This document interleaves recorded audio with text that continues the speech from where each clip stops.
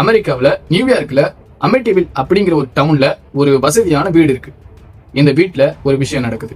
1974 இந்த வசதியான வீட்டுடைய உரிமையாளர் என்ன பண்றாரு அப்படின்னு பாத்தீங்கன்னா, அவருடைய பெற்றோர்களையும் அவர் கூட பிறந்தவங்களையும் துப்பாக்கியால சுட்டு கொன்னுறாரு. மொத்தம் 6 பேரை துப்பாக்கியால சுட்டிருக்காரு.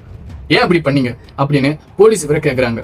அதுக்கு இவர் என்ன சொன்னார் அப்படின்னு பாத்தீங்கன்னா, ஒரு பயங்கரமான குரல் என்னை இப்படி எல்லாம் செய்ய சொன்னது அப்படின்னு சொல்லியிருக்காரு. அவருக்கு 1000 தண்டனை கொடுத்தாங்க. அதுக்கப்புறம் 1975 அந்த வசதியான 6 பேர் கொல்லப்பட்ட அந்த வீட்டுக்கு வேற ஒரு குடும்பம் குடி வராங்க. ஒரு தம்பதி இருக்காங்க. அவங்களுக்கு பாத்தீங்கன்னா 3 பசங்க இருக்காங்க. இந்த வீட்டை ரொம்பவும் குறைஞ்ச விலைக்கு வாங்கியிருக்காங்க. 28 நாட்களுக்கு பிறகு இவங்க குடி வந்த இந்த வீட்டுல இவங்களுக்கு நிறைய விஷயங்கள் இவங்களை பயமுறுத்துற மாதிரி நடந்திருக்கு. அது மட்டும் இல்லாம அவங்களுக்கு பயமுறுத்துற மாதிரி கனவு குணம் வந்திருக்கு. உடனே இந்த குடும்பம் அந்த வீட்டை விட்டு வெளியேறாங்க. இவங்க வெளியே போயிட்டு நிறைய பேருக்கு இந்த விஷயத்த சொல்றாங்க. ஆனா கேட்ட எல்லாருமே